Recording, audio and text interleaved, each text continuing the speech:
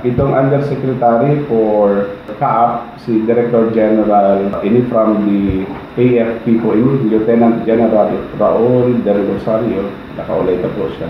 Saka si Sir Dan Lucas, ini po baga kayang Naga Airport Redevelopment Project, liit na background there, na desisyonan as early as 2014 under Pinoy administration. Nagtagaman ng 402 million pesos para sa acquisition kandaga. In the same year, 2015, 200 plus million, 2016, 900 plus million para sa land trek and runway. Pero dahil nadagos, dahil pa napupunan. Ngunyan ang update, duman sa natadang lampas 200 million, nasa procurement stage po siya. Tibaan within a month's period, madesisyonan na si SIC winning bidder. And therefore, thereafter, mapaluwas na po ni notice to proceed. Pero yan, para lang po yan sa site preparation. Okay. Igawa man nakatagama, duman sa existing around 90 million pesos. For next year, may proposed budget of more than 400 million pesos. So, parte man po kaya site prep and pero igwa naman para sa runway.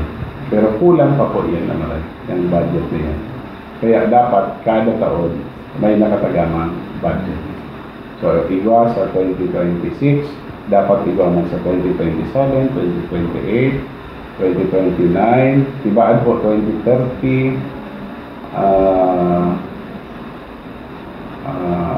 more or less 5 years po yun bago matapos and maging operational.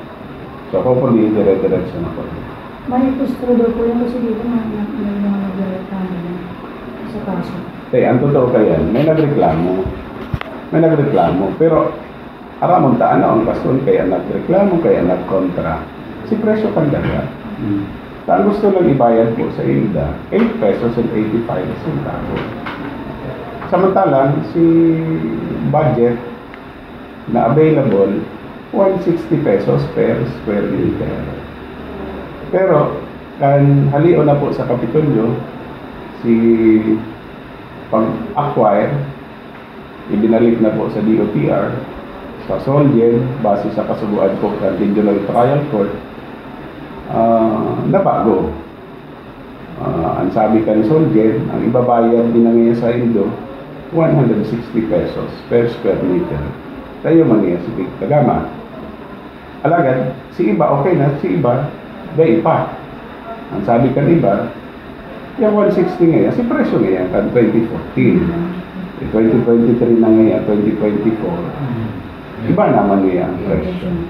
And pagpanigan po si Danny Judge Katutubo na nagsabi na ang presyo niya kaya 200 pesos per square meter. So either igwa na pong writ of possession o kaya igwa na pong deed of sale. Whichever, malinaw, igwa ng authority ang gobyerno, ang DOTR, ang CAAP na mag-implement kan project. So, sa manyan, kaya na po yan problema, except itong portion na kung saan pagsasadirikan Kapitolyo. Ang sabi po ni Secretary, may commitment ang Kapitolyo na magpaluwas na ng PTE. Ano po yung PTE? Permit to enter.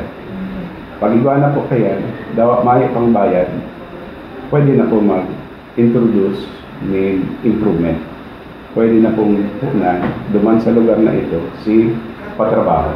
Pero outside the 30 plus hectares na pagsasadirikan Kapitolyo, itong more than 100 hectares na secure na kan DOTR ang authority to enter and start implementation of the project. Pero suway po kaini, si Satuyang Pakiulay, na nailingawan si mga naka-star sa lugar, ibali sa dapat na asikasuhin. Dahil pwedeng basta lang pabayaan. Asin isubol, paluwason, papunta kong sa inyo. Dapat igong malinaw na arrangement between the occupants. May duwang klase po kaya na individual na yaon sa 134 hectares. Number 1, si landowner. Number 2, si mga occupants. Bako may sadiri kandaga, pero dumana ka start for various reasons. Si iba dyan, si mga farm workers, di ba? Si pamilya po nila, nayaon po yan. Dapat kabali po ito sa inaasikaso po ng gobyerno natin.